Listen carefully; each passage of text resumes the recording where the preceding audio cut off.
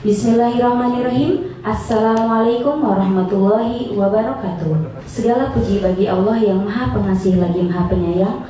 Atas rahmat dan karunia-Nya kita senantiasa diberikan kesehatan dan kesempatan untuk dapat menghadiri webinar nasional pada hari Rabu tanggal 7 Desember tahun 2022. Perkenalkan, saya Rosa Dinda Putri yang akan memandu acara pada kesempatan kali ini. Hadirin yang berbahagia, berikut susunan acara pada pagi hari ini. Yang pertama ada pembukaan, kemudian ada sambutan-sambutan. Yang ketiga adalah acara inti kita, yaitu webinar nasional Rahasia Ilmu Huruf Perspektif Ibnu Arabi, dan yang terakhir ada penutupan. Baik, untuk mempersingkat waktu, marilah kita buka acara pada pagi hari ini dengan bersama-sama mengucap Bismillahirrahmanirrahim. Untuk acara selanjutnya yaitu sambutan-sambutan. Untuk sambutan yang pertama yaitu dari Ibu Dr. Neng Hana MAG selaku Ketua Jurusan Akidah dan Filsafat Islam UIN Sunan Gunung Jati Bandung. Kepadanya dipersilakan. Terima kasih. A'udzubillahi minasyaitonirrajim. Bismillahirrahmanirrahim. Assalamualaikum warahmatullahi wabarakatuh. Waalaikumsalam. Alhamdulillah wa nusalli wa nusallim ala Rasulillah wa ala alihi wa ashabihi wa mawalah, amma ba'dah. Yang saya hormati Bapak Ketua Sekolah Tinggi Filsafat Islam Sadra, Bapak Dr. Khalid Al-Walid MAG. Yang saya hormati narasumber yang sudah hadir di tengah-tengah kita, Bapak Beni Sosilo PhD. Yang saya hormati moderator Sihabul Furqon yang juga dosen AFI UIN Sunan Gunung Jati Bandung. Yang saya hormati para dosen di sini, ada Bapak Sekretaris Jurusan dari Sadra, juga ada Pak Dani ya, ada Pak Enjang, Pak Arif. Yang saya hormati seluruh peserta yang hadir, apakah di ruangan ini secara offline maupun yang online di Zoom. Baik, puji syukur mari kita sampaikan kepada Allah Subhanahu wa Ta'ala. Alhamdulillah, berkat nikmatnya kita bisa berkumpul mengadakan sebuah kegiatan yang insya Allah penuh dengan ilmu pengetahuan, penuh dengan kebarokahan. Shalawat beserta salam mari kita sampaikan kepada Nabi besar Muhammad Sallallahu Alaihi Wasallam. Baik para hadirin sekalian, saya sebagai Ketua Program Studi Akidah dan Filsafat Islam UIN Sunan Gunung Jati Bandung mengucapkan selamat datang kepada tim dari SPFI Sadra, juga mengucapkan terima kasih kepada semuanya yang sudah hadir dalam kesempatan kegiatan ini. Ya, mudah-mudahan kita bisa terus bekerja sama, berkolaborasi, tentunya dalam mengembangkan dan meningkatkan kajian-kajian filsafat Islam di Indonesia. Karena kita ketahui bersama bahwa kajian filsafat Islam di Indonesia ini belum atau tidak sepesat filsafat Barat ya. Dan ini adalah tantangan buat kita semua, karena AFI, Akidah Filsafat Islam, sebetulnya jurusan ini justru lebih banyak daripada jurusan filsafat secara umum. Ya, kita juga sudah kumpul ya Pak ya di AAFI, ya Alhamdulillah ya ada Asosiasi Akidah Filsafat Islam. Jadi kegiatan ini merupakan kerjasama dari UIN AFI Sunan Gunung Jati Bandung dengan Sekolah Tinggi Filsafat Islam Sadra dan juga AAFI Asosiasi Akidah Filsafat Islam. Tidak berpanjang lebar, saya hanya mengucapkan terima kasih dan permohonan maaf apabila penyelenggaraan ini penuh dengan keterbatasan ya. Selanjutnya mudah-mudahan acara ini berjalan dengan baik dan kita mendapatkan wawasan, pengetahuan, juga barokah dari kegiatan hari ini. Itu saja, wallahu yarhamuna birrahmah fid dini wad dunya wal akhirah, wallahul muwaffiq ila aqwamit thoriq. Assalamualaikum warahmatullahi wabarakatuh. Terima kasih kepada Ibu Dr. Neng Hana MAG atas sambutannya.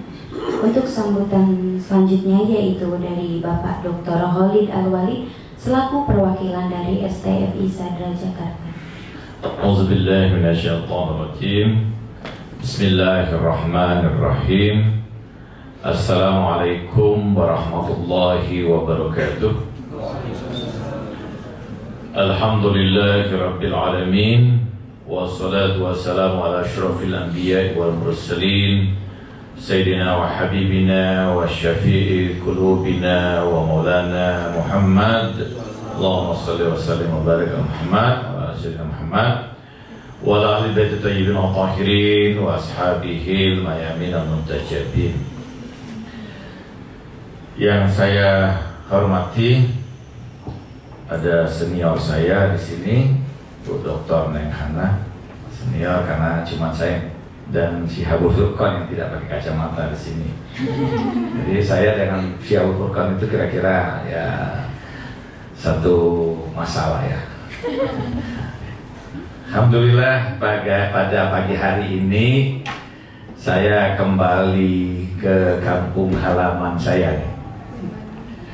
Di sini saya memulai karir saya sebagai dosen di Fakultas Usuluddin yang dicintai ini, kurang lebih mungkin bersama-sama Bu Hana, Bu ya, dari 2005 saya di sini dan sekarang mendapatkan tugas di UIN Syarif Hidayatullah Jakarta dan juga mengelola Sekolah Tinggi Agama Islam Sadra Jakarta.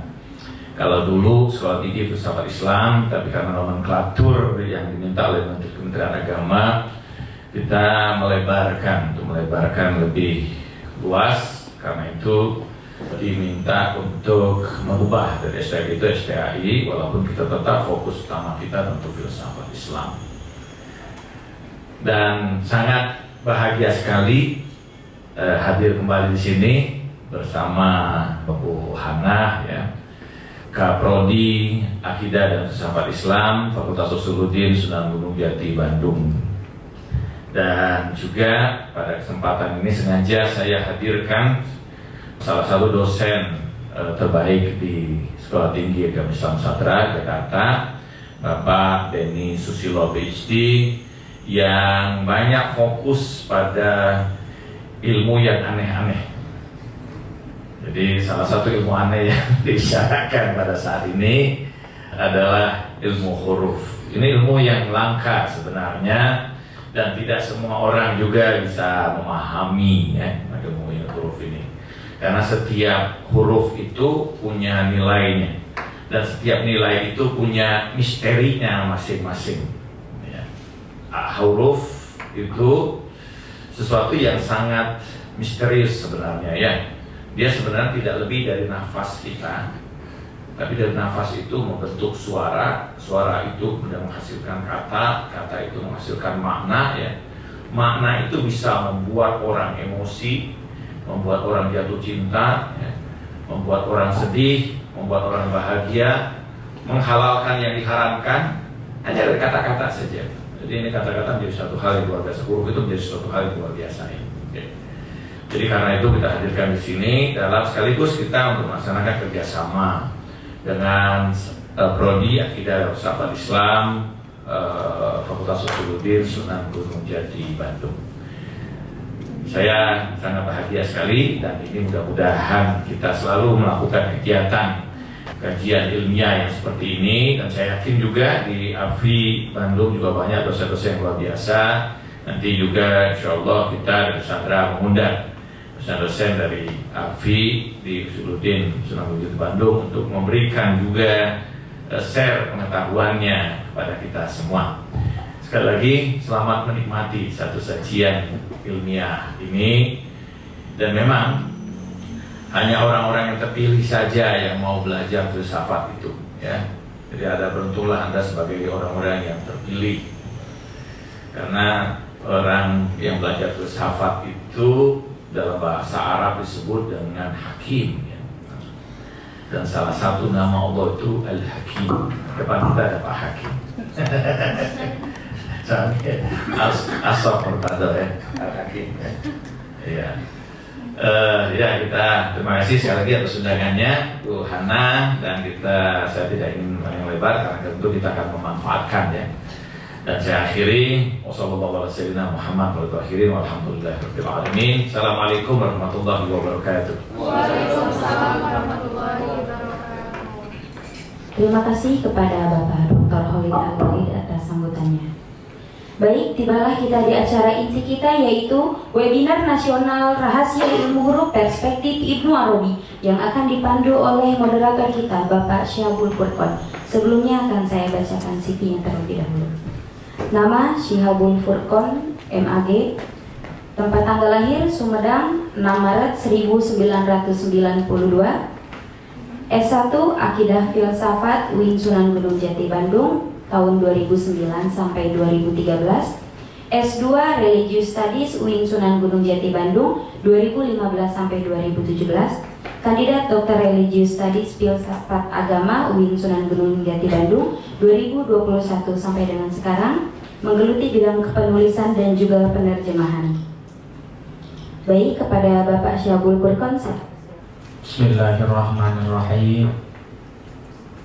Assalamualaikum warahmatullahi ta'ala wabarakatuh. Waalaikumsalam warahmatullahi wabarakatuh. Alhamdulillahi munazzilil kalimi bi ahadiyatit tariqil umami minal maqamil aqdam. Asyhadu an la ilaha illallah wa asyhadu anna Muhammadar Rasulullah. Allahumma shalli ala sayyidina Muhammadin wa ala alihi wa sahbihi wa sallam wa sallim. Wa bishrah li sadri wa yassir li amri wahlul 'uqdatam min lisani yafqahu qawli. Qala Allah ta'ala fil Qur'anil Karim, a'udzu billahi minasy syaithanir rajim. Bismillahirrahmanirrahim. Ud'u ila sabili rabbika bil hikmati wal mau'izatil hasanah. Ilah. Qala ba'dul hukama yanba'ul hikmah min mishtadin nubuwah. Amma ba'du. Pertama-tama marilah kita panjatkan puja, puji serta syukur kehadirat Allah Subhanahu wa taala.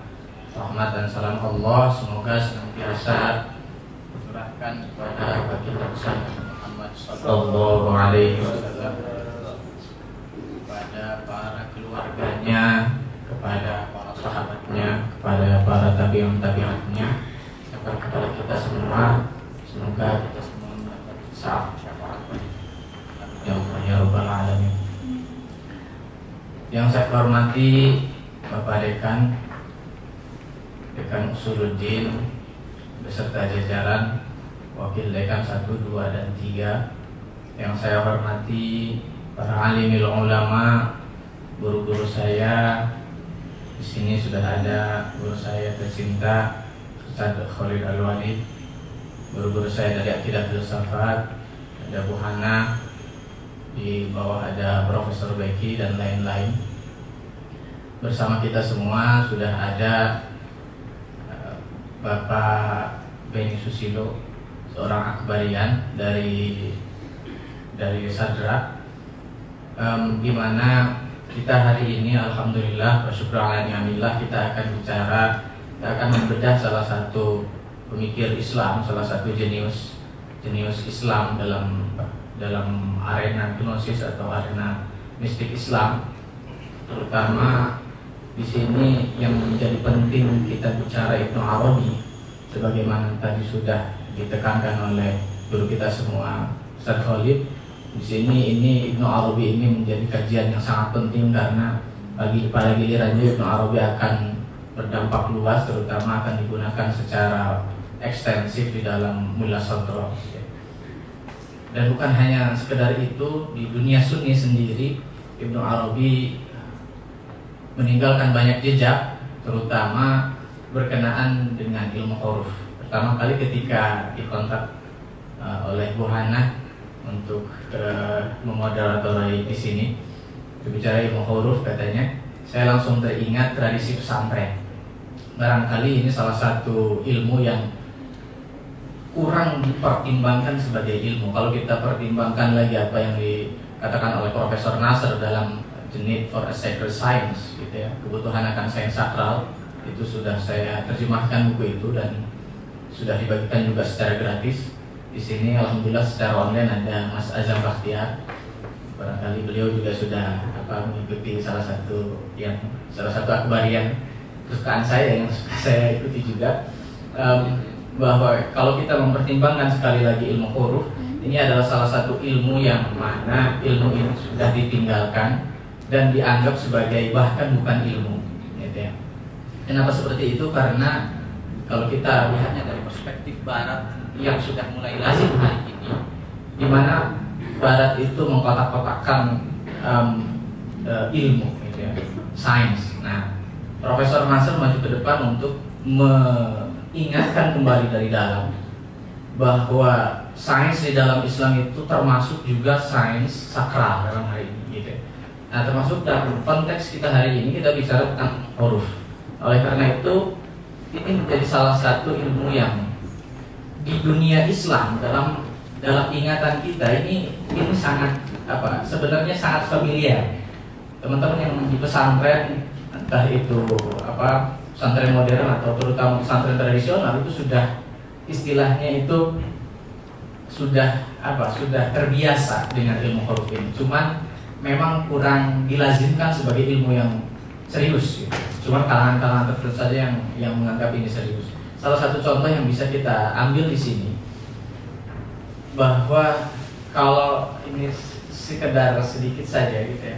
Kalau misalkan di pesantren dulu, gitu ya, itu ada, bahkan kalau sakit gigi itu ada satu metode yang barangkali dilihat dari perspektif sains modern itu agak konyol. Itu kalau sakit gigi itu kemudian giginya ini pakai metode abajadun, pakai metode abajadun.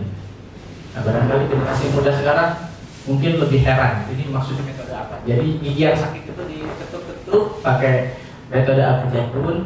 Diketukan mana si sakitnya hilang, apakah di alif, di ba, di ta, dan di jim dan seterusnya, gitu ya.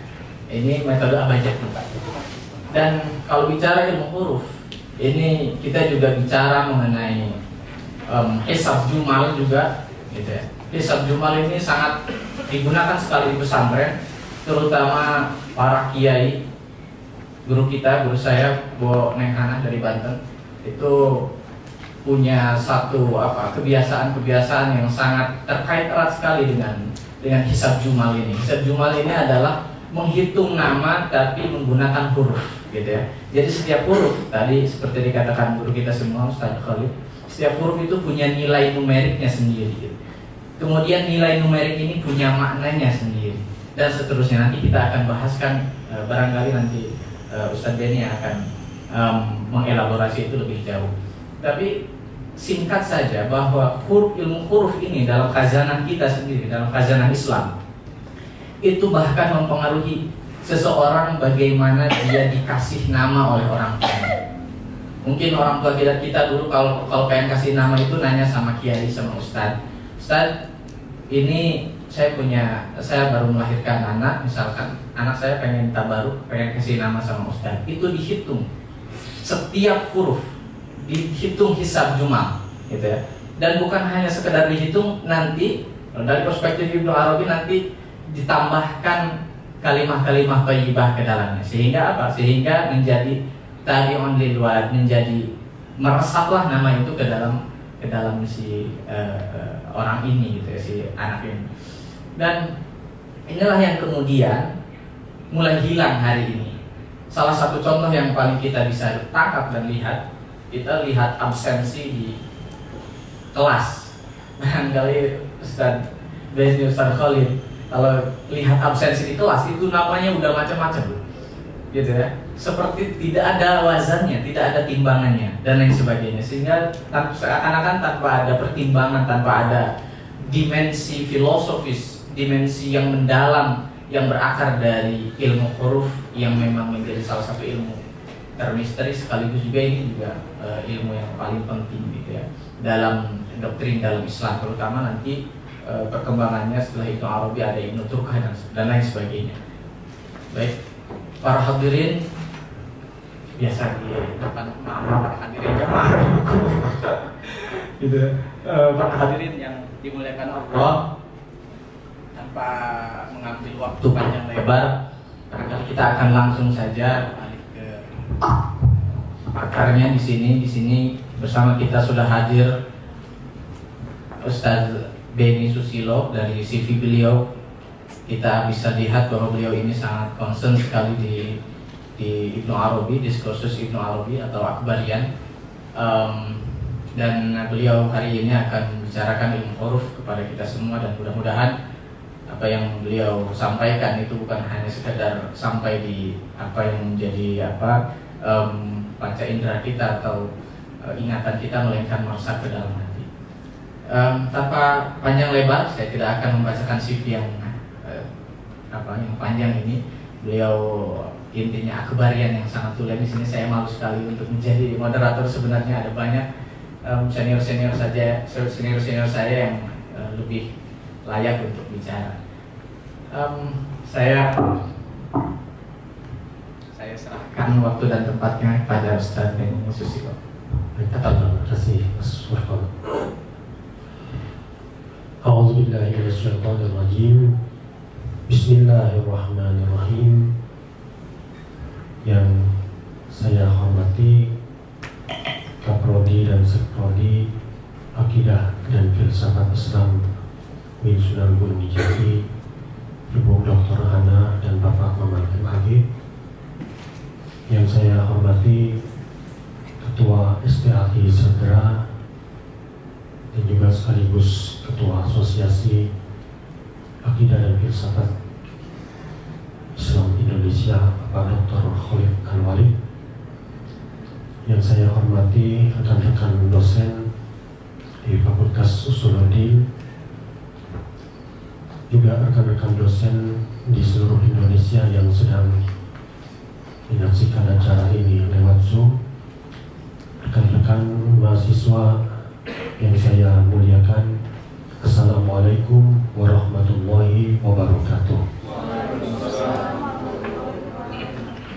Alhamdulillahirabbil alamin, wa bihi ta'ala nasta'in, wassalatu wassalamu ala sayyidil mursalin, sayyidina wa maulana Muhammadin wa alihi thayyibin at-tahirin wa ashabihil kiramil mubarakin. Bapak Ibu yang berbahagia, membuka pembahasan tentang ilmu huruf ini, saya ingin memulai dari efek yang ditimbulkan oleh ilmu huruf, di mana para praktisi ilmu huruf ini, seperti yang dicatat oleh Ibn Khaldun dalam Al-Muqaddimahnya,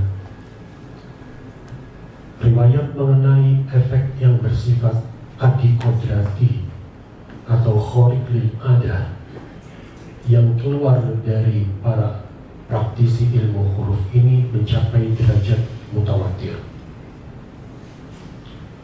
Tentu kita kemudian melihat ke belakang bahwa tindakan-tindakan adikodrati atau khoriq lil adah bisa itu berupa karamah, mukjizat, ataupun juga dalam bahasa Arab yang tidak sering mampir di telinga kita, seperti misalnya talisman ataupun talisman,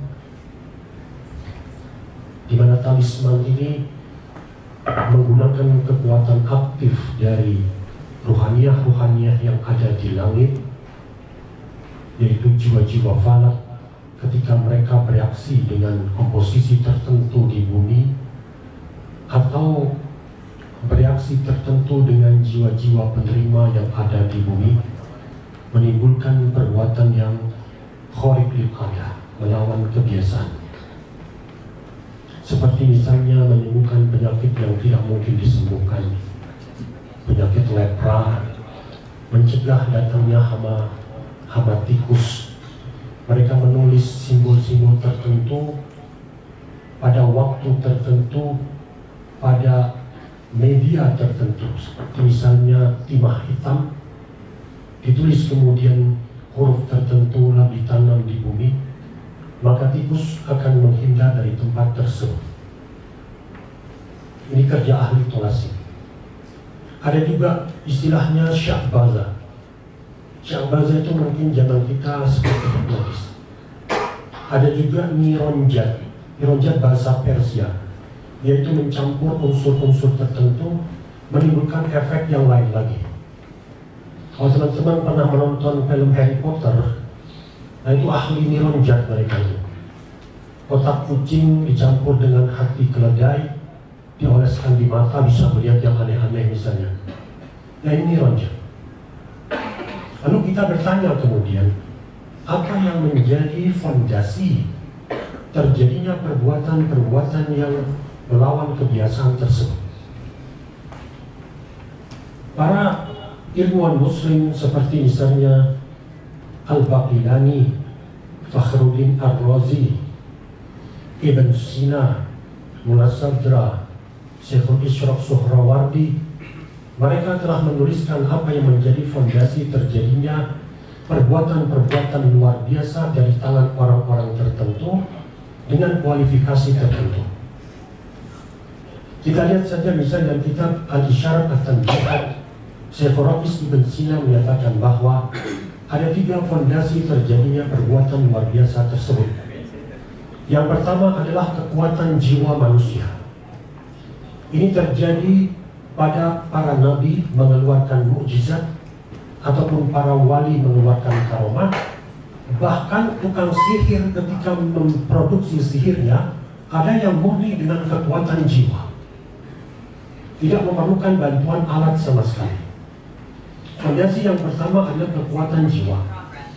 Fondasi yang kedua adalah terjadinya hubungan aksi reaksi antara kekuatan aktif yang ada di langit, yaitu jiwa-jiwa falak, dan raga-raga tertentu di bumi atau jiwa-jiwa tertentu di bumi.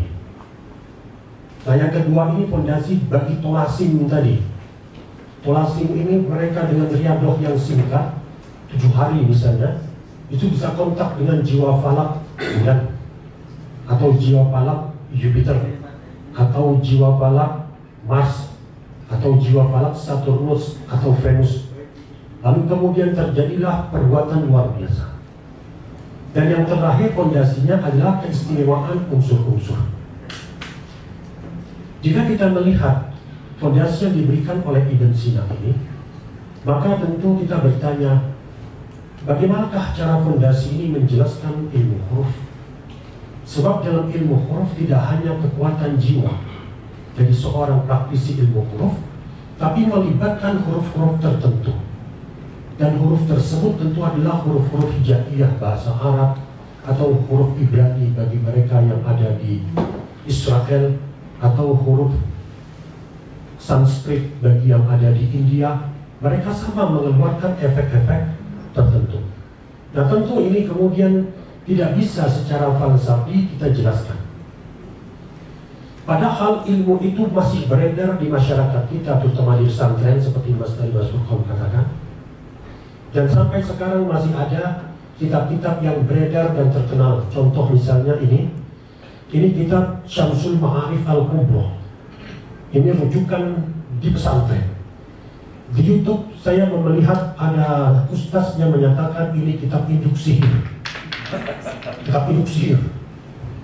Lalu kemudian ada lagi ustaz yang lain yang mengatakan bahwa ini tidak semuanya sihir, tercampur ada ilmu hikmah, ada sihir.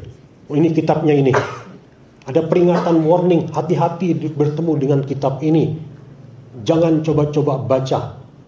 Nah ini kitabnya, kitab Syamsul Ma'arif Al-Kubro, dinisbatkan kepada Syekh Abdul Abbas Ahmad bin Ali Al-Buni. Wafat tahun 622 Hijriah. Wafatnya Syekh Al-Buni ini tentu menurut saya terjadi kekeliruan. Ada sebuah video yang menceritakan tentang Syamsul Ma'arif. Dia menggandengkan Al-Buni dengan Ibn Arabi dan menganggap Ibn Arabi bicara soal teori ilmu huruf, sedangkan Al-Buni praktek ilmu huruf. Dianggap bahwa dua orang ini tidak ada relasi satu dengan yang lain, di mana Al-Buni lebih dulu wafat dibandingkan Ibn Arabi. Padahal dalam kitab Mamba'usul Hikmah karangan Syekh Al-Buni, di bagian akhir dari kitab tersebut beliau merujuk silsilah ilmu hurufnya. Ternyata di antara guru ilmu hurufnya tersebut ada Muhyiddin Ibn Arabi. Tahun wafat Al-Buni 622, Ibn Arabi 638 menurut sejarah. Padahal Al-Buni berguru kepada murid dari Ibn Arabi. Jarak antara dua orang ini ada 4 orang syekh. Jadi tidak mungkin Al-Buni ini wafat tahun 622 Hijriah. Pasti wafatnya tersebut setelah Muhyiddin Ibn Arabi. Lalu di antara tahun wafat Al-Buni 622, Ibn Arabi 638 menurut sejarah. Padahal Al-Buni berguru kepada murid dari Ibn Arabi. Jarak antara dua orang ini ada 4 orang syekh. Jadi tidak mungkin Al-Buni ini wafat tahun 622 Hijriah. Pasti wafatnya tersebut setelah Muhyiddin Ibn Arabi. Lalu di antara silsilah yang lain dari ilmu huruf Al-Buni adalah sampai ke Abdul Abbas Al-Mursi. Ibn Athaillah Abdul Abbas Al-Mursi. Jarak antara Al-Buni dengan Ibn Athaillah selisih 2 orang guru. Berarti Al-Buni ini datang sesudah Ibn Athaillah.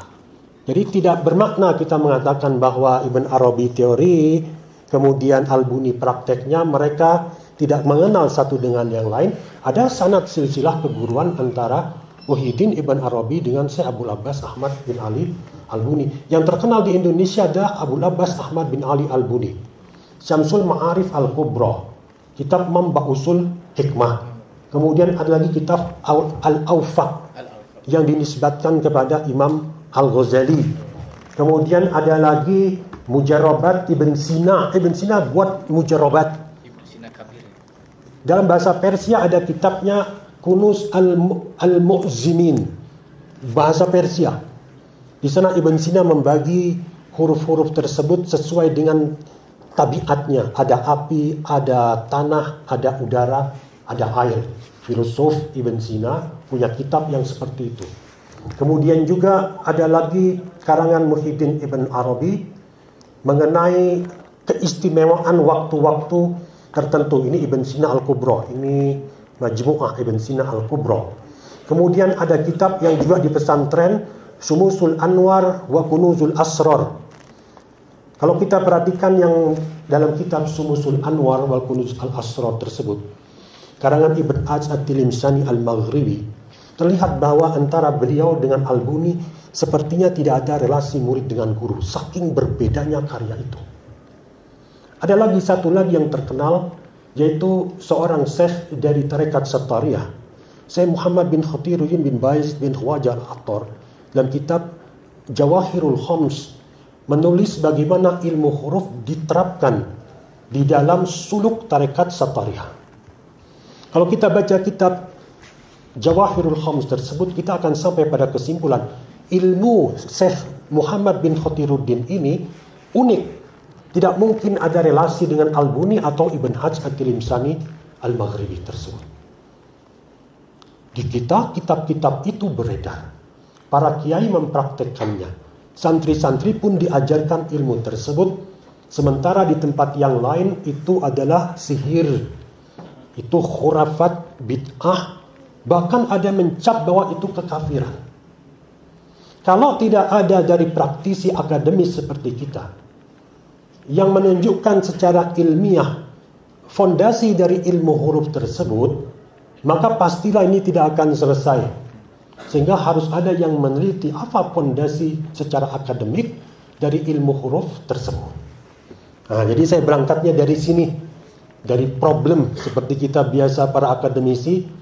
Sebelum Anda menulis judul suatu disertasi, tesis atau skripsi, jangan mulai dari judul, problemnya dulu apa. Nah, problemnya begitu. Ditambah lagi Haji Khalifah dalam Kashfuz Zunun bagi sampai pertengahan abad ke-17 itu menulis di daftar kitabnya tersebut tidak kurang dari 200 judul buku kitab terkait dengan ilmu huruf sampai pertengahan abad 17. Abad 17 ke kita sekarang, saya tidak menemukan ada kitab ilmu huruf yang unik. Yang ada mereka mengulang apa yang dinyatakan oleh Al-Buni. menyalin apa yang ditulis oleh Ibn Hajj At-Tilimsani Al-Maghribi, mengutip apa yang ada di kitab Jawahirul Khams, kitab yang betul-betul original, tidak terbit lagi di masa kita saat ini. Apa masalahnya? Sehingga ilmu tersebut tidak menghasilkan karya-karya yang original lagi. Jadi di satu sisi, dari aspek luarnya ada tuduhan kafir, bid'ah, tahayul. Sementara dari dalam ilmu huruf sendiri ada problem yang belum terjawab. Sebab kalau kita baca kitab ini praktek semua. Termasuk Mambausul Hikmah, praktek semua. Syamsul Ma'arif Al-Kubra, praktek semua. Tapi yang membahas apa yang menjadi sebab membuat huruf tersebut bisa menimbulkan efek tertentu ketika ditulis pada waktu tertentu, pada wadah tertentu, dengan membakar harum-haruman tertentu. Pernah dengar istilah buhur ya? Buhur ya, kita paling sering menyan ya. Mereka menggunakan buhur tertentu pada warna tertentu, waktu tertentu. Nah, ini harus ada ilmu yang menjelaskan menyangkut hal tersebut. Kita mulai dulu dari ta'rif dari huruf. Ta'rif huruf secara bahasa seperti yang dinyatakan oleh At-Tahanawi dalam kitab Kashfu Istilahil Funun, beliau mengatakan al-huruf atau al-harfu ma yutarakkabu bihi alfaz. Huruf adalah sesuatu yang menjadi penyusun lafaz. Contoh, saya mengatakan makan, maka yang menyusun lafaz makan tersebut huruf M, huruf A, huruf K, huruf A, huruf N. M tadi huruf. Berarti mahiyah atau kuditas dari huruf tersebut bersifat badihi, jelas dengan sendirinya. Setiap kita mengetahui tanpa memerlukan ta'rif apapun juga. Kalaupun ada ta'rif, itu cuma tanbih saja. Oh, itu ya huruf penyusun lafaz. Nah, sekarang kita akan melihat huruf-huruf tersebut pada diri kita. Kita memiliki tingkatan mental pada diri kita, yaitu akal dan imajinasi. Juga kita memiliki pada tingkatan lafaz tadi. Makan, marah misalnya, ramah, pada tingkatan tulisan. Jadi ada huruf pada tingkatan akal disebut konsep huruf. Ada huruf pada tingkatan imajinasi kita disebut forma huruf imajinatif. Ada huruf pada tingkatan lafaz kita, huruf lafzi. Ada huruf pada tingkatan tulisan, huruf katbi. Ada ilmu yang bersandar kepada huruf-huruf tersebut. Contoh, kita punya ilmu fonologi. Dia bersandar kepada penerimaan bahwa ada huruf lafzi. Bicara soal fonem. Ilmu tajwid bersandar pada penerimaan ada huruf lafzi. Huruf nun ketemu dengan qaf, ikhfa. Yang mana tuh? Nun ketemu qaf, bunyinya agak bunyinya berarti lafzi. Kita punya juga ilmu menyangkut tulisan, kaligrafi. Kalau orang tidak menerima adanya tulisan pada tingkatan katbi, tulisan di benda tertentu, gimana dia bisa bicara soal kaligrafi? Anda mau belajar kaligrafi? Mau? Anda percaya tidak bahwa ada tulisan di buku? Nggak percaya saya. Yang ada cuma lafaz saja. Nggak akan belajar dia kaligrafi. Penerimaan ada wujud huruf pada tingkatan tulisan. Ada lagi ilmu epigrafi, yaitu tulisan pada prasasti. Nah, sekarang pakar ilmu huruf mengatakan, kami punya huruf yang lain yang tidak bergantung kepada eksistensi manusia dan kehendak manusia. Huruf lafaz tergantung eksistensi kita dan kehendak kita. Tulisan juga tergantung eksistensi kita dan pergerakan tangan kita. Termasuk juga di konsep dan imajinasi tersebut. Pakar ilmu huruf mengatakan ada huruf pada realitas konkret eksternal yang dia menimbulkan efek tertentu mempunyai keistimewaan tertentu. Yang begini badihi atau tidak kira-kira? Tidak badihi. Huruf alif itu tabiatnya adalah panas kering. Elemennya api, kuantitasnya 1. Badihi tidak itu? Swabukti tidak? Naon ya teh? Kata orang Sunda.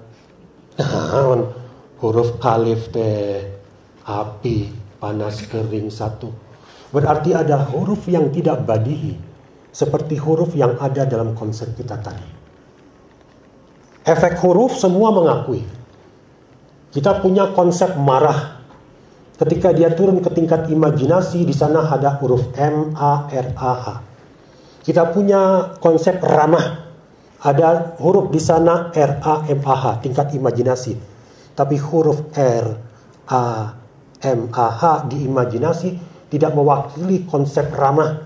Bukan berarti konsep ramah penyusunnya adalah huruf R, A, M, H. Enggak. Begitu dituliskan di kertas ramah sama marah, diucapkan ramah dan marah, efeknya beda. Anda ini ramah ya, senang kita. Anda ini marah, beda reaksi. Berarti efek huruf kita nerima badihi, swabukti. Nah sekarang yang tadi, efeknya tadi, sifatnya api, elemennya tersebut, kuantitasnya 1, gak badihi. Berarti memerlukan ada ilmu yang lebih tinggi. Di dalam logika kita belajar ada pembagian logika, yaitu logika material, yaitu burhan, demonstrasi. Di dalam burhan atau demonstrasi dijelaskan bahwa ilmu-ilmu yang bersifat partikular, menyangkut objek-objek yang mereka bahas, haruslah sebelum dibahas di ilmu partikular itu, objek ini dibuktikan dulu di ilmu yang lebih tinggi. Contoh misalnya fisika membahas tentang benda atau jisim dalam bahasa Arab. Apakah jisim ada atau tidak? Fisikawan mengatakan bukan tanggung jawab saya menjelaskan ada atau tidak. Itu tanggung jawab pembuktian tersebut ada di ilmu yang lebih tinggi, yaitu metafisika. Begitu metafisika mengatakan jismun maujudun, jisim ada, diserahkan kepada ilmu-ilmu alam, bahas menyangkut jisim ini. Angka, itu objek yang dibahas dalam matematika. Matematika tidak membuktikan apakah angka ada atau tidak. Mereka langsung masuk pada sifat angka, ada genap, ada ganjil, ada bilangan cacah, bilangan asli. Di mana pembuktian tentang angka tersebut ada? Di ilmu yang tertinggi, yaitu metafisika. Begitu metafisika mengatakan bahwa ya adat maujudun, angka itu ada, modus eksistensinya adalah aksiden. Kami serahkan ini kepada ilmu partikular, yaitu matematika, untuk membahas sifat-sifat angka tersebut. Sekarang kita melihat ilmu huruf. Wahai ilmu huruf, apa yang menjadi objek pembahasan kalian? Nah, ini mulai serem nih kita. Wahai ilmu huruf, apa yang menjadi objek pembahasan kalian? Nah, saya melihat bahwa satu-satunya kitab yang membahas tentang apa yang menjadi objek pembahasan dari ilmu huruf, ini dikarang oleh Daud Al-Antaqi. Nah, kitab ini judulnya adalah Tazkirah Ulil Albab Al-Jami' li Al-Ajaibi Al-Ujab. Tahun 1008 Hijriah beliau wafat. Beliau mengatakan bahwa menyangkut ta'rif dari ilmu huruf, ilmul harfi huwa kama qarrarahu asy-syaikhu ba'is an khawasil hurufi ifradan wa tarkiban wa mawdu'uhu al-huruful hijai wa madatu al-awfaq wa tarkib wa suratu taksimuha kamman wa kaifan wa ta'liful aqsam wal azaim wa yantiju minha wa fa'iluha al-mutasarrif wa ghayatu at-tasarruf ala wajhin yahsulu bi al-matlub iqa'an wa intiza'an wa martabatuhu ar-ruhaniyat wal falak wan najamat. Nah, ini dia. ilmu huruf adalah seperti yang dinyatakan oleh Syekh. Saya tidak menemukan siapa yang dimaksud Syekh ini. Kemungkinan yang dimaksud Syekh ini adalah Ibn Sina. Adalah ilmu yang membahas menyangkut keistimewaan huruf, ifradan wa tarkiban, baik huruf itu menyendiri atau bersusun. Fa, alif, lam itu disebut fard, huruf mandiri. Tapi kalau tarkib, alif, lam, mim, kaf, ha, ya, ain, shad disebut tarkib. Wa mawdu'uhu al-huruf al-hijaiyah. Yang menjadi objek pembahasan dalam ilmu huruf adalah huruf hijaiyah. Alif, ba, ta, sa, jim, ha, kha, dal, zal, ra, dan seterusnya. Kalau para ilmu huruf menghafal tidak begitu. Abajadun, hawazahun, toyakalun, manasaun, fasakarun, syatasaun, jadozohun. Ada maksud tertentu menghafal begitu, sebab itu akan nanti memetakan menyangkut tabiat dari huruf tersebut.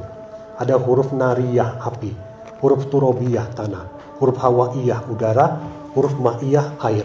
Nah, jadi seketika begitu abajadun, hawazahun, maka alif dan ha tersebut sejajar, mereka huruf api. Nah, aba, hawa, berarti ba dan wa itu huruf tanah. Sudah sampai begitu mereka. Yang dibahas huruf tersebut huruf hijaiyah. Wa maddatuha, materinya al-awfaq wa tarkib.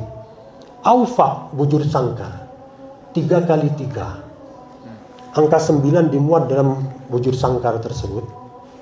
Yang bisa bawahnya lagi ada tentang bujur sangkar. Ada 4 kali 4, ada musallas, ada murabbah.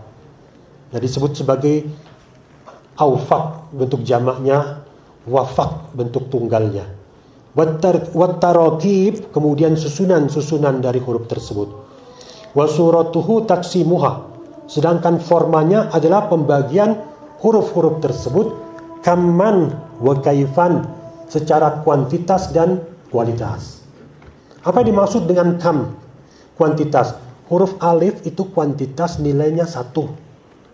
Huruf ba kuantitasnya 2. Huruf jim kuantitasnya 3. Huruf dal kuantitasnya 4. Terakhir, huruf ghin kuantitasnya 1000. Filsafat tidak mungkin bisa memberikan penjelasan menyangkut ini. Kaif, kualitas. Huruf alif itu kualitasnya nariyah, api.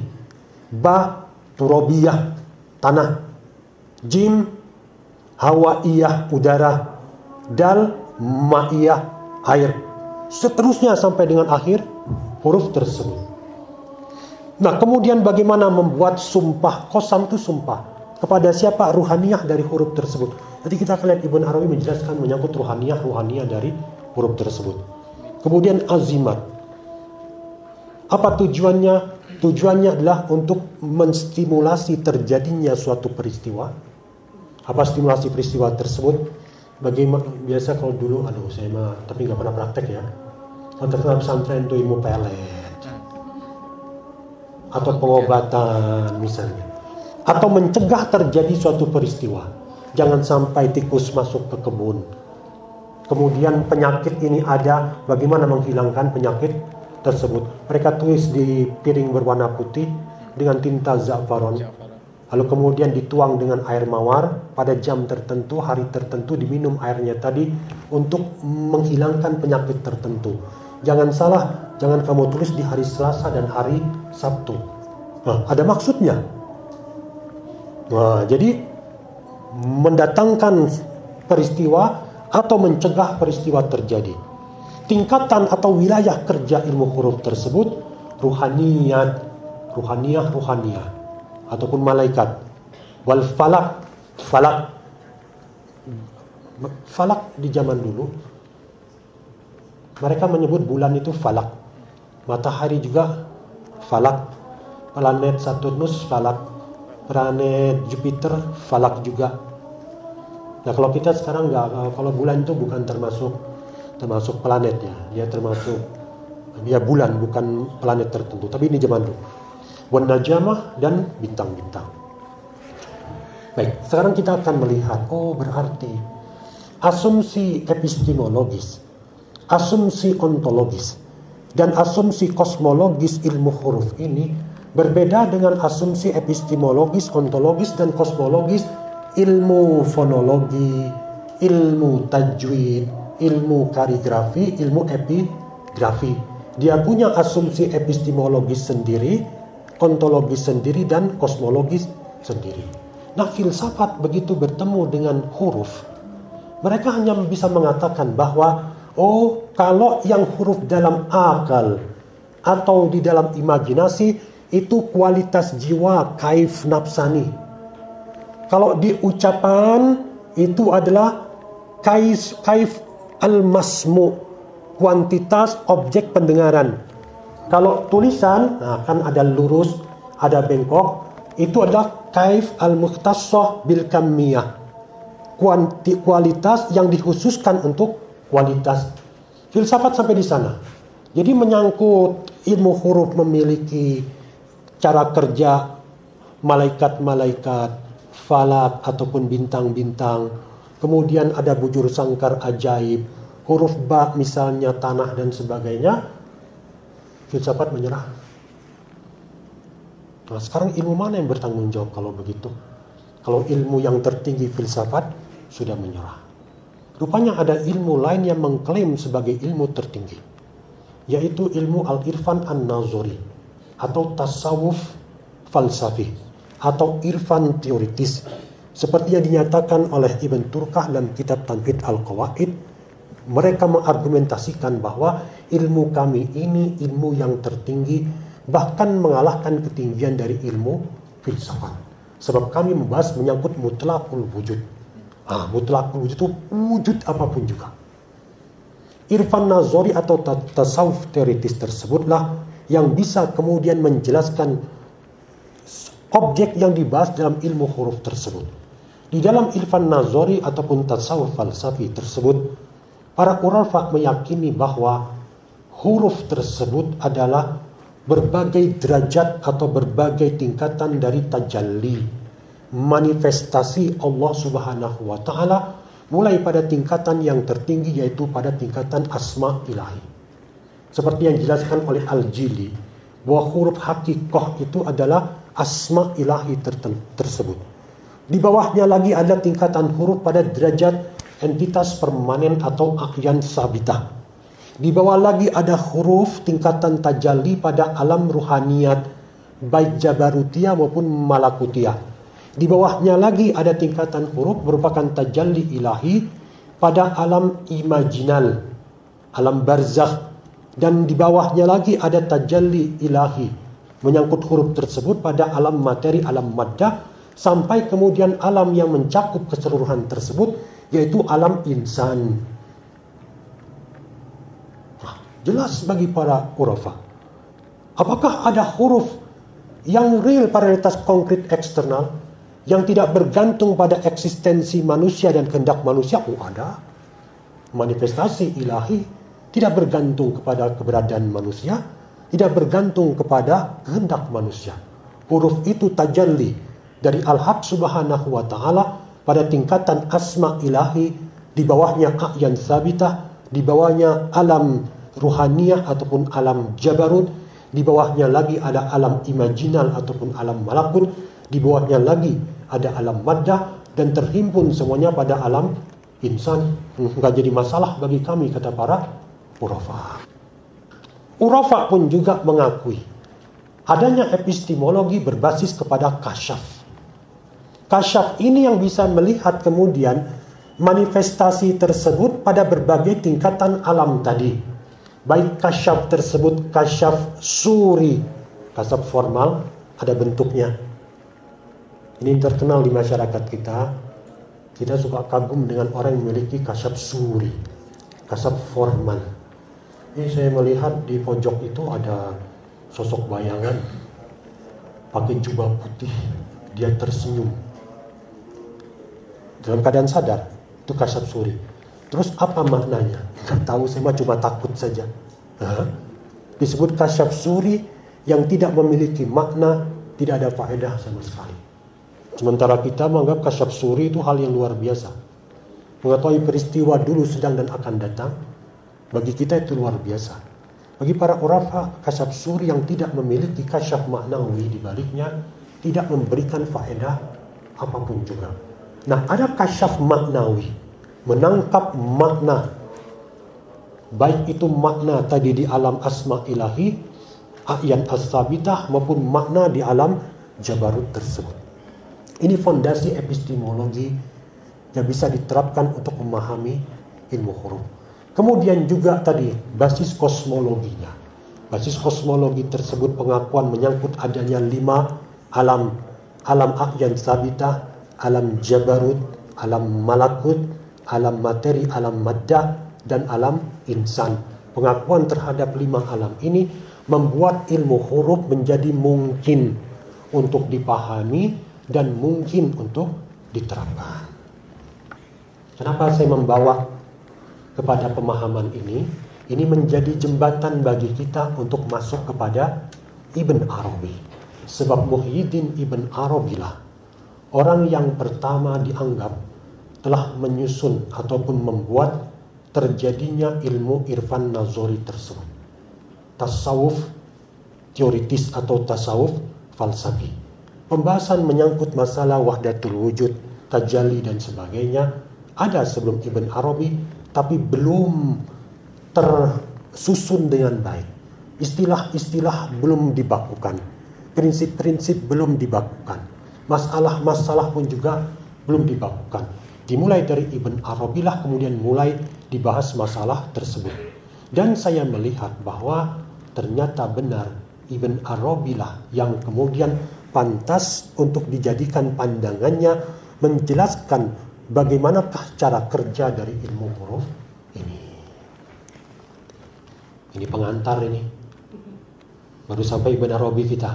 Belum ilmu huruf dari Ibn Arabi. Berat tidak? Lumayan ya. Ini seperti ilmunya beratnya ya. Oke, sekarang kita akan melihat posisi huruf. Saya sudah gambarkan lingkarannya, huruf di tengah. Kemudian apa saja yang mengelilingi huruf tersebut. Nah ini dia. Berarti ilmu huruf berkaitan dengan ini. Apakah huruf itu ada? Apakah kualitas huruf ada? Kuantitas, ruhaniyah, khasiat, bujur sangkar, manzilah, zodiak sampai dengan bahur tersebut. Saya sudah share filenya, ringkasan dari huruf dalam pandangan Ibn Arabi. Mungkin teman-teman sudah dapat. Pandangan Ibn Arabi tentang huruf inilah yang akan dipergunakan untuk melihat ilmu huruf ini. Jadi bukan ilmu huruf Ibn Arabi ansih, bukan. Tapi ilmu huruf ini dilihat dari perspektif Ibn Arabi. Yang Ibn Arabi memiliki pandangan menyangkut huruf-huruf tersebut. Panjang pembahasannya, tapi saya berikan secara ringkas saja di sini. Mungkin nanti perinciannya bisa dilanjutkan di sesi tanya jawab. Ketika Muhyiddin Ibn Arabi menjelaskan menyangkut nafasur Rahman, nafas Ar-Rahman, di Ar-Rahman Allah Subhanahu wa Ta'ala yang Maha Pengasih, para urafa menyebutkan bahwa terjadinya entitas-entitas di realitas konkret ini itu karena nafasur Rahman tersebut, nafas Ar-Rahman. Seperti pada diri kita punya nafas. Ketika nafas tersebut keluar dari rongga dada kita, udara itu mengetuk titik-titik artikulator yang dilewati oleh udara tersebut. Maka terjadilah kemudian bunyi. Bunyi ini lafaz. Lafaz itu tersusun dari huruf. Contoh saya mengatakan A. Dari huruf hamzah. A. Itu adalah huruf yang pertama. Kita lihat beda dengan sistem huruf pada Al-Buni. Al-Buni hurufnya A, Ba, Jadun, Alif, Ba, Jim, Dal. Kalau Ibn Arabi enggak, beliau memulai dari hamzah dari ha. Mengapa? Itulah titik artikulator yang pertama yang dipukul oleh udara yang keluar dari rongga dada kita. Ha, kemudian ain, ha, ghin. Sementara ghin dalam sistem ilmu huruf terakhir dan berakhir di huruf waw. Dalam sistem ilmu huruf al-buni, waw itu adalah huruf yang ke-6. Nah, Muhyiddin huruf yang terakhir. Sekarang Muhyiddin akan menerapkan apa yang terjadi pada insan ini untuk menjelaskan nafasur rahman. Nafas ar-Rahman, bagaimanakah keluarnya entitas-entitas ini yang ada di alam semesta ini melalui nafas ar-Rahman tersebut. Tapi ingat, bukan berarti nafas insan duluan baru nafas ar-Rahman, enggak. Justru nafasul Rahman yang pertama, tajalli manifestasi paling sempurna ada pada nafas al-insan. Nah, karena kita dekat dengan nafas kita, maka kita akrab dengan huruf ha, ain, ha, dan sebagainya. Pada penjelasan menyangkut nafasur Rahman, Muhyiddin menjelaskan ada relasi yang sangat kuat antara nama ilahi, kemudian entitas yang tercipta melalui nama ilahi tersebut, lalu huruf hijaiyah terkait dengan entitas yang tercipta tersebut, dan terakhir manzilah bulan terkait dengan huruf tersebut. 28 jumlahnya. Manzilah bulan ada 28. Jadi huruf ain punya relasi dengan nama Allah tertentu, punya relasi dengan objek yang diciptakan oleh Allah pertama kali, dan punya relasi dengan manzilah bulan. Jadi kita lihat ada 28 huruf. Kita mengucapkan huruf waw. Waw berarti udara itu telah melalui titik artikulator hamzah, ha, ain, ha, dan seterusnya sampai keluar huruf waw. Muhyiddin mengatakan huruf waw memiliki semua kekuatan dari seluruh huruf. Mengapa? Sebab untuk keluar huruf waw tersebut, udara telah melalui seluruh huruf-huruf dari titik artikulator yang paling bawah, ha, sampai yang keluar waw. Kira-kira huruf waw itu berelasi dengan entitas apa di alam semesta?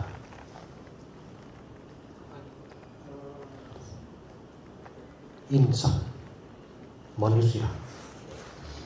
Nah, sehingga Muhyiddin mengatakan bahwa seluruh entitas selain manusia adalah khalq, ciptaan, dengan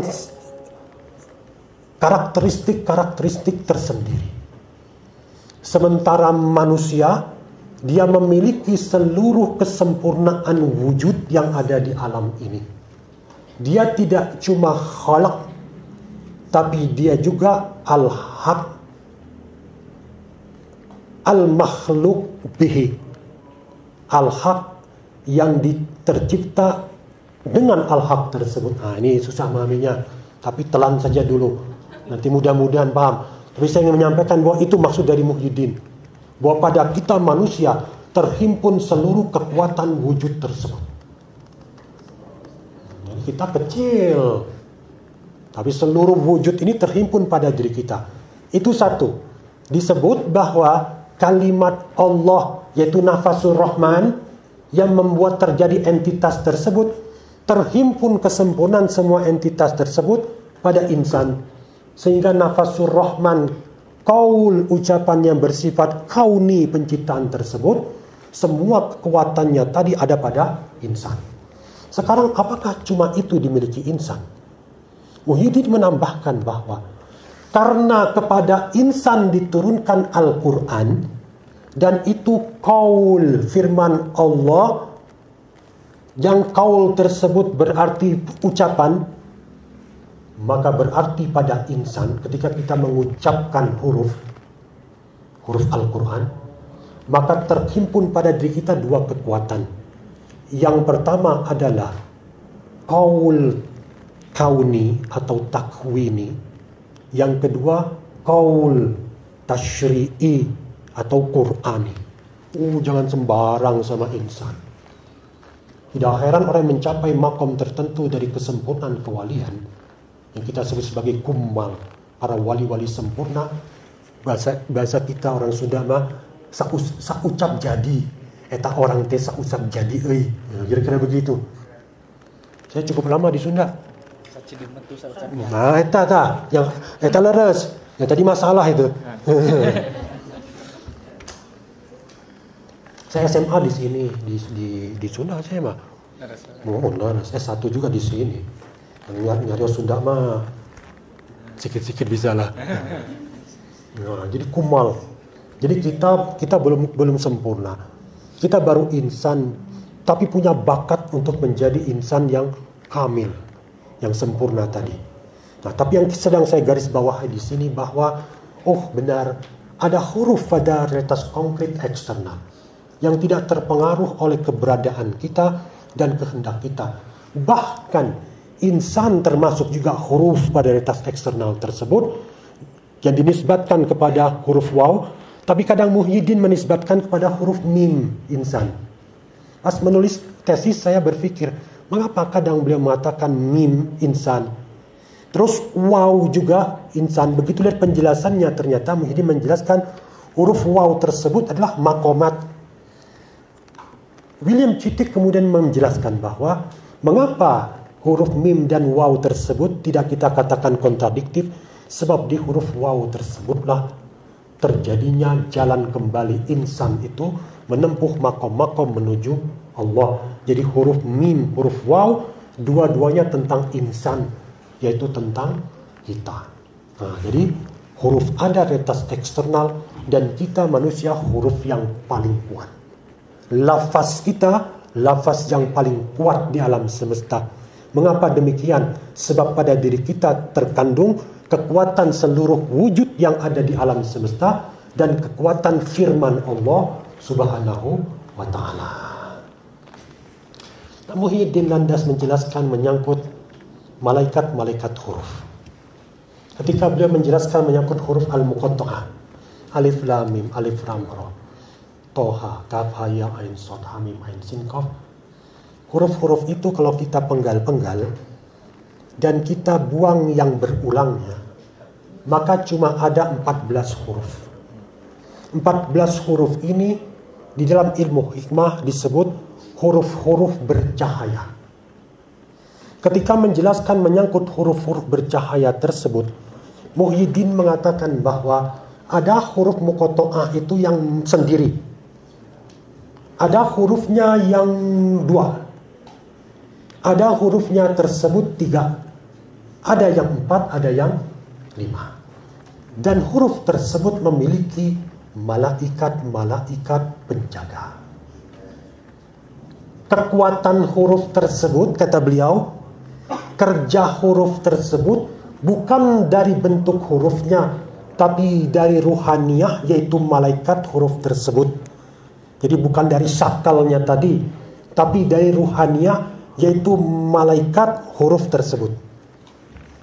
Dan nama malaikat huruf tadi adalah nama dari huruf tersebut. Yasin, nama malaikatnya apa? Yasin.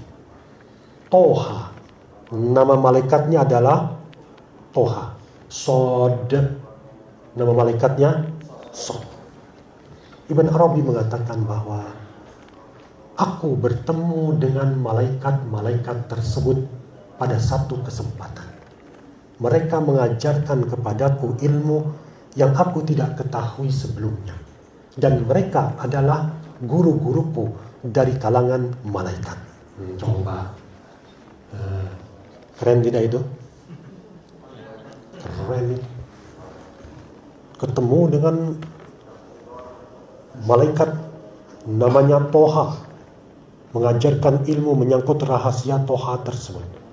Ketemu malaikat Yasin, mengajarkan rahasia Yasin tersebut. Rupanya begitu kita membaca Al-Quran, maka huruf-huruf tersebut bertasbih memuji Allah Ta'ala. menyanjung Allah Subhanahu wa taala dan mendoakan orang yang mengeluarkan huruf itu dari dia. Sekarang beliau menjelaskan bahwa 14 huruf tersebut mengikuti atau sesuai dengan 14 manzilah dari bulan. 14 manzilah bulan ada 28. 14 itu 14 manzilah bulan, yaitu bulan pada waktu naik terang. Nah sekarang, begitu orang praktisi ilmu huruf bekerja dengan huruf tersebut, huruf alif, misalnya huruf H, huruf Ya, huruf Sin, maka ketika dia menulis huruf tersebut, 4 kekuatan akan datang kepada tulisan dia tadi. Yang pertama adalah dari zat bulan, karena manzilah bulan tertentu. Yang kedua dari cahaya bulan. Nah kita nggak bisa lihat, ahli kasyaf yang bisa melihat. Yang ketiga adalah dari manzilah bulan pada waktu itu. Dan yang keempat adalah dari kekuatan zodiak, di mana manzilah bulan ada di zodiak itu pada waktu itu. 4 kekuatan. Nulis huruf alif nih, maka turun kekuatan kemudian dari zat bulan tadi, dari nur bulan, dari manzilah ketika bulan itu ada di manzilah itu, dan dari zodiak di mana manzilah itu ada di zodiak tadi. Zodiak tahu? Capricorn, Pisces, Taurus, 12, yaitu zodiak. Nah rupanya manzilah ini terjadi pergerakan, kadang dia ada di manzilah Taurus. Nah bulan ketika ada di manzilah itu dan manzilah itu ada di Taurus, maka orang yang menulis tadi akan mendapatkan kekuatan yang pertama dari zat bulan tadi, 2 dari cahaya bulan, yang ketiga dari manzilah bulan, yang keempat dari zodiak di mana manzilah itu ada pada waktu tersebut. Akan tetapi, ketika bulan itu mengalami bulan tua menurun, maka menyusut juga kekuatan ruhaniyah dari huruf tersebut, mengikuti menyusutnya kekuatan bulan tadi. Lalu ruhaniyah ini akan menyempurnakan kekuatan tersebut yang kurang tadi, diambil dari manzilah bulan, bukan dari zat dan cahaya bulan. Sehingga kata Muhyiddin, dia mempunyai kekuatan yang setara juga ketika bulan naik. Akan tetapi amal jadi berbeda. Ketika bulan naik untuk amal yang bagus-bagus, menyuburkan tumbuh-tumbuhan, membuat kemudian orang menjadi gembira. Tapi ketika bulan turun, menolak kemudaratan, mengusir hama penyakit, menghilangkan kedengkian dari hati orang. Nah, berarti tetap kekuatan itu terus ada sepanjang bulan tersebut. Lalu kemudian menyangkut tulisan. Muhyiddin mengatakan bahwa kalau orang menulis sesuatu, membuat guratan, maka Allah akan meniupkan ruh kepada guratan tersebut. Kita nulis nih, seret, ditiupkan ruh ke sana. Bahkan kalau cacing ataupun ulat jalan di pasir, terbentuk kemudian gambar, Allah meniupkan ruh tersebut. Kalau kita hapus tulisan tadi, ruh ini akan pergi masuk ke barzah. Oh, bagaimana tuh? Tapi praktisi ilmu huruf akan bisa merasakan itu. Kalau mereka lagi memisah-misahkan huruf, misalnya Bismillahirrahmanirrahim, mereka memisahkan huruf tersebut misalnya pada jam pertama di hari Senin, jam komar istilahnya, dipecahkan kemudian ditulis Bismillahirrahmanirrahim. Kalau di bawahnya dibuat ba, sin, mim. Itu begitu dipecah tadi, itu keluar sinar. Nah, ini seperti yang dimaksud oleh Muhyiddin. Begitu tulisan tersebut dihapus, diganti tulisan yang lain, itu ruh yang ditiup tadi masuk kembali ke dalam barzah. Coba, kita nggak bisa lihat itu. Berarti kita memang memerlukan ada orang yang bisa melihat itu. Nah, saya kira waktu saya sudah habis. Kita masuk sesi tanya. Masih banyak ya, saya tidak sempat untuk menyampaikan keseluruhannya. Bagi yang berminat untuk memperdalam itu bisa merujuk ke tesis saya, di sana pembahasan lengkap. Cuma sayangnya dalam bahasa Inggris. Dulu kita punya kewajiban pas di S2 ICAS, Islamic College for Advanced Studies, bekerja sama dengan Universitas Paramadina, itu harus nulis dalam bahasa Inggris. Jadi sampai sekarang buku itu tidak diterbitkan di Indonesia karena harus diterjemahkan dulu. Kalau menyuruh orang lain menerjemahkannya, ada istilah-istilah yang sulit diterjemahkan dalam bahasa Indonesia. Jadi tetap dalam bahasa Inggris dan tidak banyak yang mengaksesnya karena belum dicetak. Tapi bagi yang ingin berminat, silakan melihat kepada tesis tersebut. Baik, saya kira dari saya sampai di sini. Silakan kalau ada yang akan bertanya atau menambah.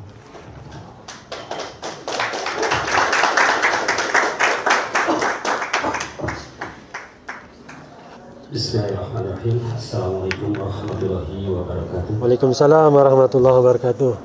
Mohon maaf Pak Kiai, kebetulan ini dosen-dosen saya, termasuk juga Pak Kiai Beni ketika di Sadra.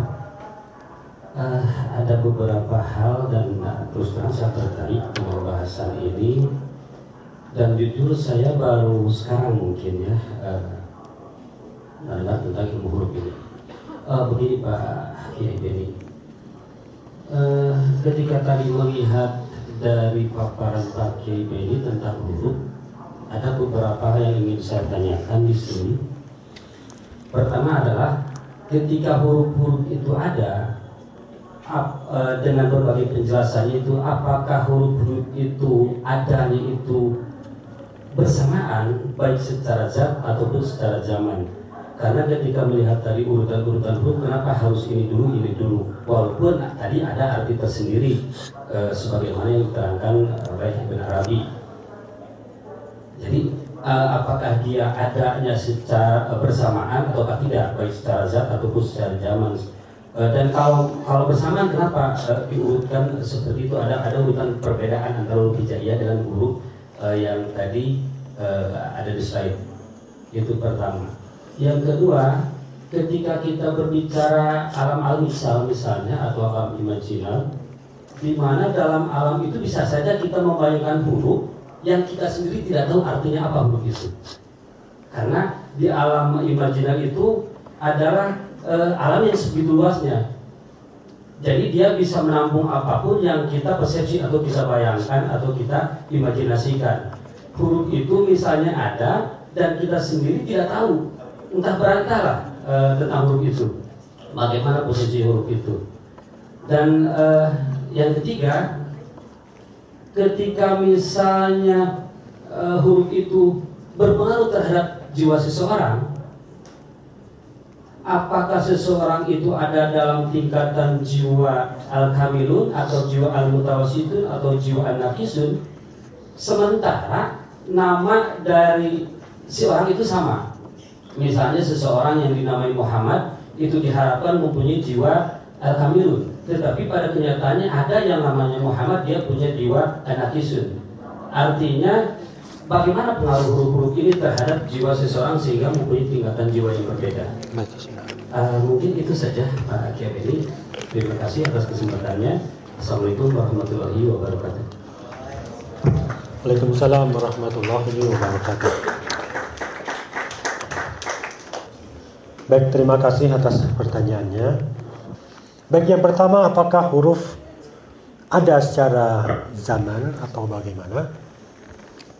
Pertama, kita lihat dulu huruf yang dinisbatkan kepada ilahi, yaitu yang disebut sebagai tadi nafasur rahman.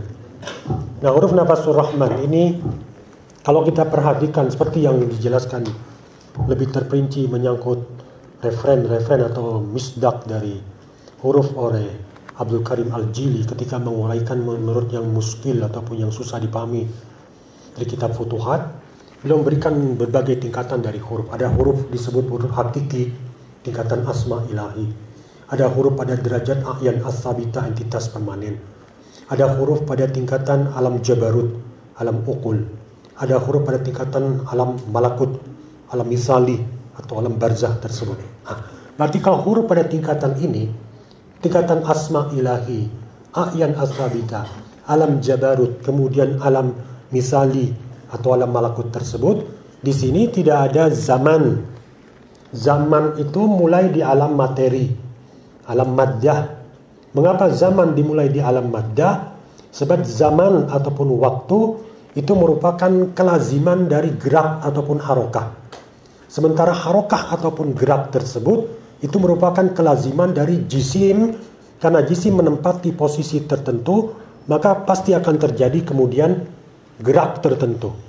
Kalau kita mengikuti misalnya pandangan Mullah Sadra dengan gerak transubstansial, berarti sudah terjadi pergerakan pada substansi dari jisim itu sendiri meskipun dia tidak berpindah secara tempat.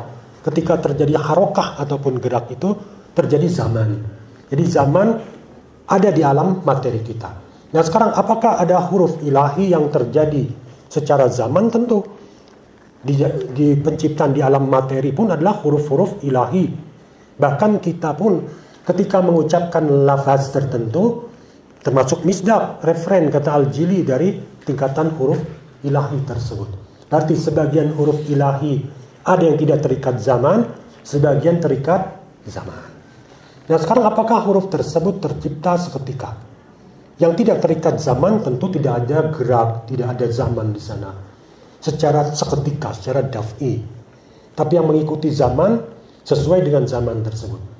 Contoh misalnya saya mengucapkan misalnya alif, baru tadi terjadi. Ba, baru tadi tercipta. Sa, baru tadi berarti terjadi mengikuti zaman. Apakah seketika terjadi dalam zaman itu? Tidak, tentu mengikuti titik artikulator mana yang disentuh oleh udara yang keluar dari rongga dada kita. Terus alam imajinal. Kita masuk alam imajinal melihat ada suatu bentuk huruf tertentu, tapi kita tidak paham atau tidak tahu itu apa. Mungkinkah itu terjadi? Mungkin saja. Sebab kalau kasyaf penyingkapan, hanya penyingkapan secara formal, suri saja, tidak ada penyingkapan secara maknawi menyangkut makna, maka cuma bentuk saja, cuma image saja. Akan tetapi dijelaskan oleh Daud Al-Qaisari bahwa sangat sedikit kasyaf yang dialami oleh para wali atau orang sempurna, yang cuma kasyaf suri, bentuk, warna, bau, bunyi, tanpa ada makna di baliknya. Selalu ada makna di baliknya tersebut. Nah, jadi biasanya begitu masuk alam imajinal, orang melihat huruf tertentu, maka seketika makna itu sampai kepada dia. Muhyiddin misalnya, beliau melihat huruf ba. Huruf ba itu beliau mengatakan panas kering. Panas kering. Coba. Berbeda dengan Al-Buni. Al-Buni ba itu tanah sifatnya. Nah, kalau Muhyiddin api sifatnya. Nah, pembahasan kok bisa kasyaf berbeda, itu pembahasan yang lain lagi. Sebab bisa terjadi, memang terjadi. Apakah ketika kasyaf itu objeknya sama, tapi fakultas mutakhayilah, pengimajinasinya ikut campur di situ sesuai dengan pengaruh dari budaya. Misalnya orang yang terbiasa dengan huruf abajadun, urutannya begitu. Dengan orang yang terbiasa dengan huruf alibatasa, nah budaya ini mungkin akan mempengaruhi ambil alih dalam peristiwa kasyaf suri tersebut. Beda dengan kasyaf maknawi.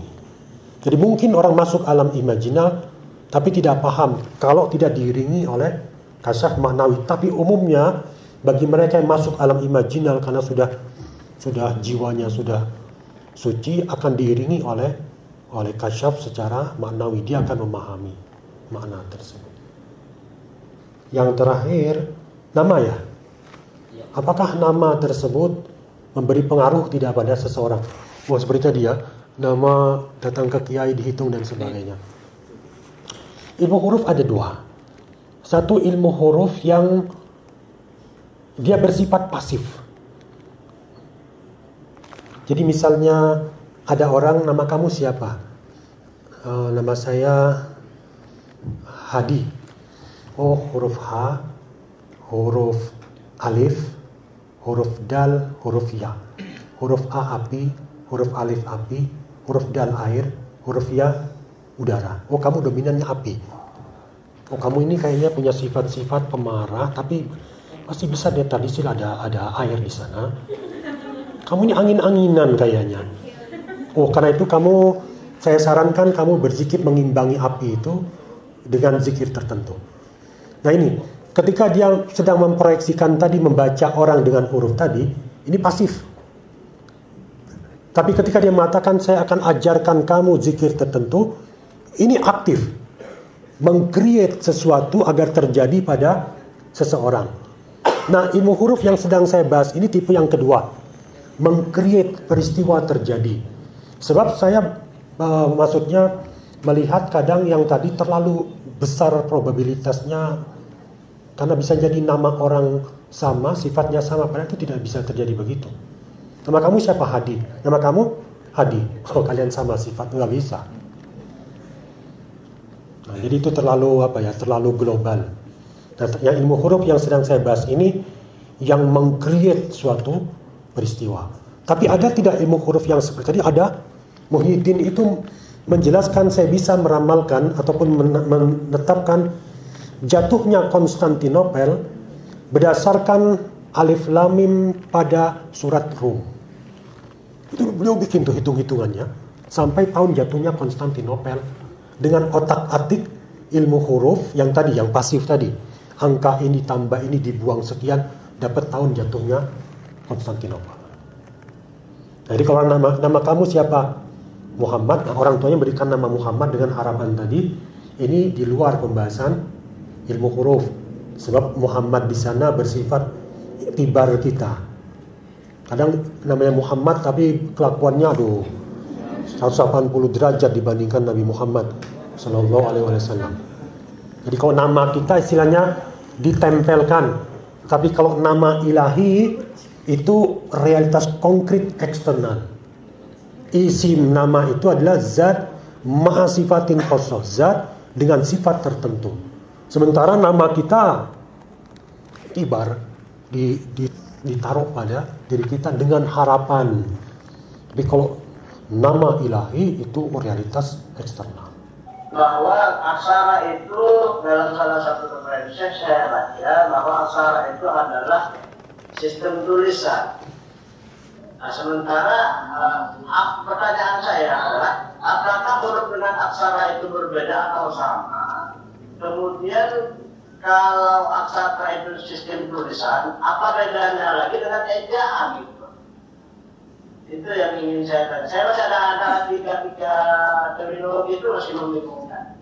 Mungkin itu saja pertanyaan saya, Pak Beni. Terima kasih. Mungkin tidak ada hubungannya dengan materi secara khusus, tapi terima kasih.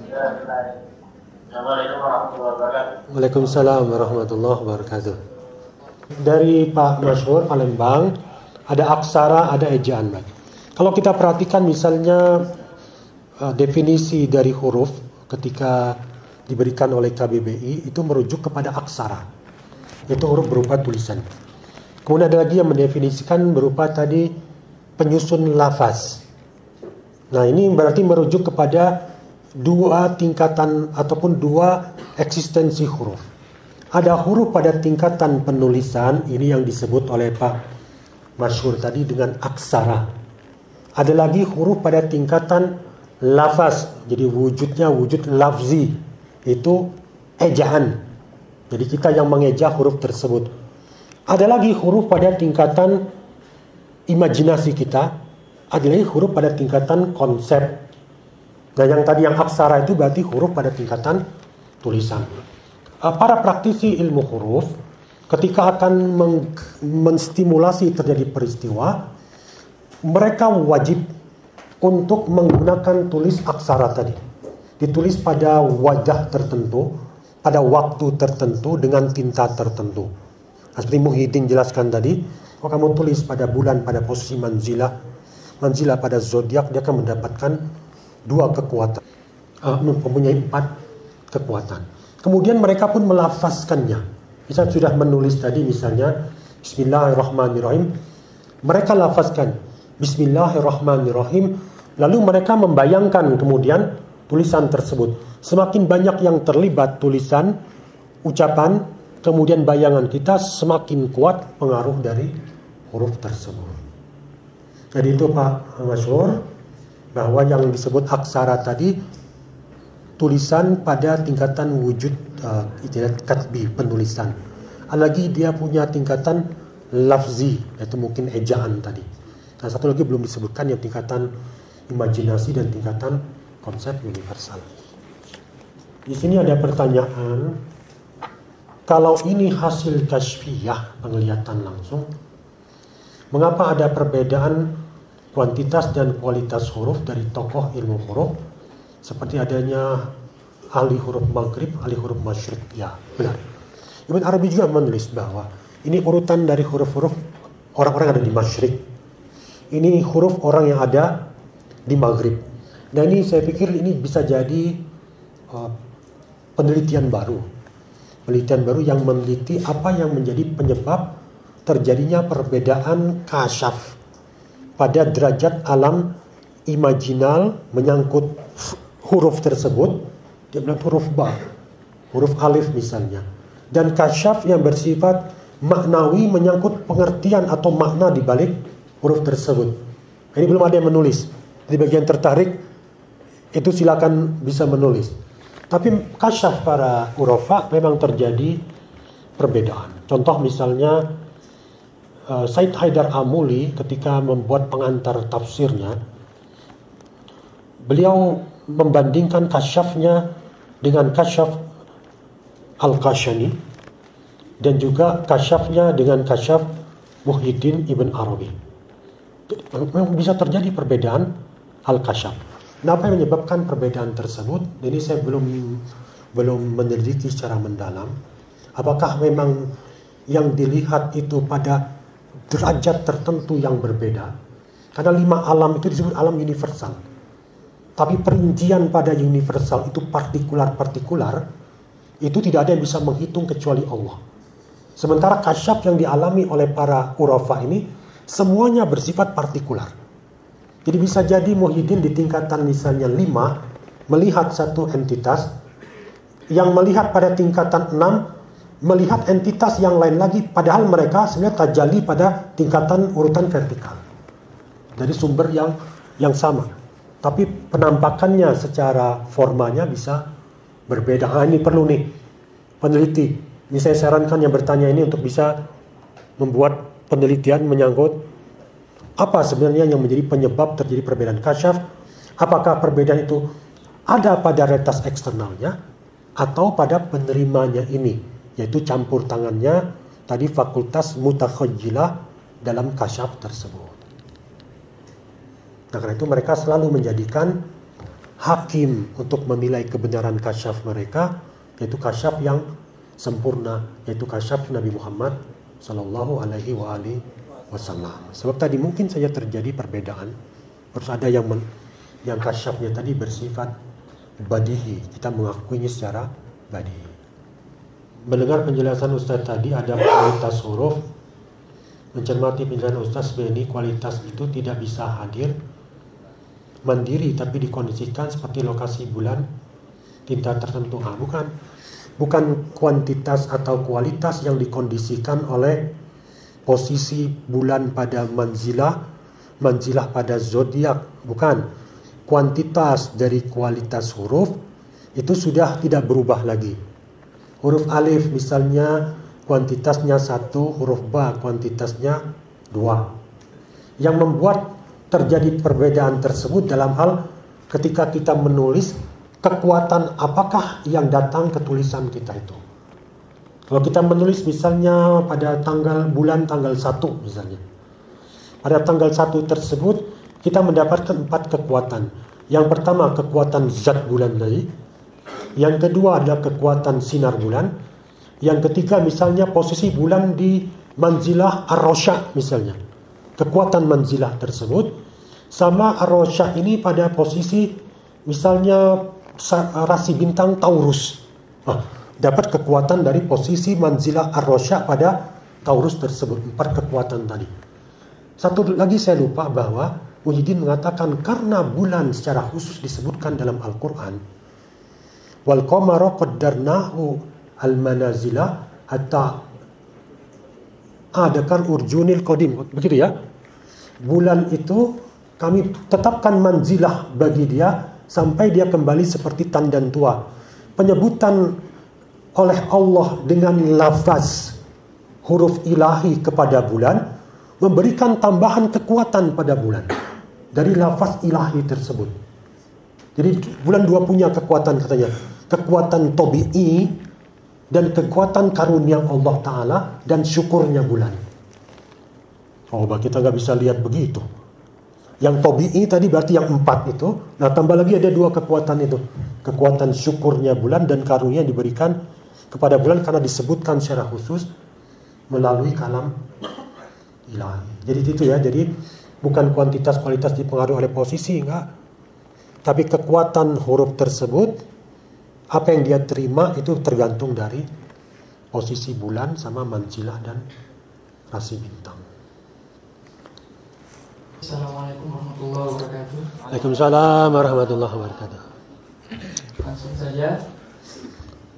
Mungkin pertanyaan saya ini berangkat dari sebuah pertanyaan yang sebelumnya itu saya dapat ketika duduk di bangku pesantren, Pak. Nah, dalam buku karangan Abu Asad Ad-Duali, kalau nggak salah buku itu judulnya Matar al-Jurumiyah kalau nggak salah. Nah, pengarangnya itu Abu Asad Ad-Duali.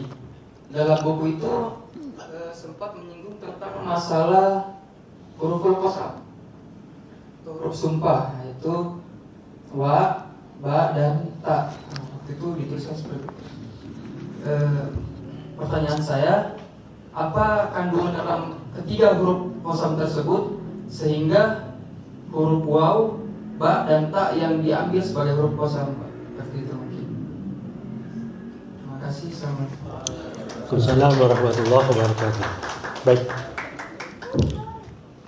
saya tidak tahu jawaban pastinya mengapanya itu ya, illatnya itu. Hanya yang saya pahami bahwa ketika kita mempelajari nahwu, maka yang menjadi tolok ukur adalah orang-orang Arab yang berbahasa itu. Kita mengetahui misalnya tanda dari rofa adalah dhammah, mubtada, misalnya dia adalah rofa, khobar adalah rofa, huruf qasam itu adalah wa, ba, dan ta. Itu istiqra, induksi kita terhadap pembicaraan yang dilakukan oleh orang Arab. Kalau kita tanya pada mereka, kenapa Anda pakai sumpah pakai wallah, nggak pakai misalnya huruf yang lain atau tallah? Nah, saya belum tahu apa jawaban mereka.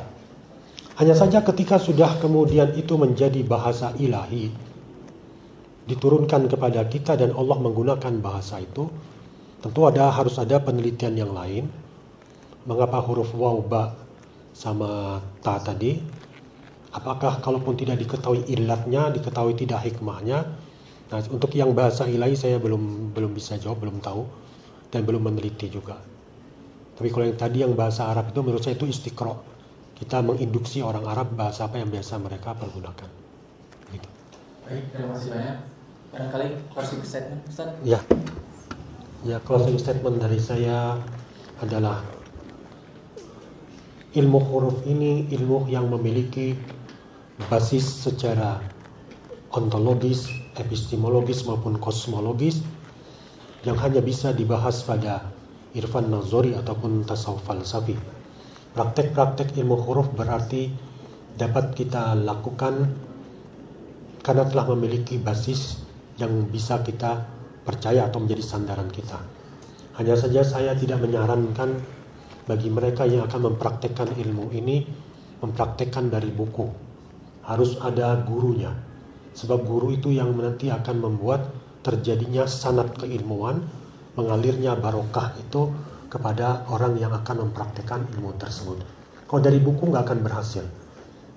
Jangan kita kira dengan kita baca buku kita bisa mempraktekkan dan keluar hasilnya. Nggak akan berhasil. Harus ada sanad. Apakah sanad itu sampai kepada Syekh-Albuni atau sampai ke Muhyiddin Ibn Arabi? Saya kira masih banyak masalah-masalah yang bisa diangkat untuk penelitian.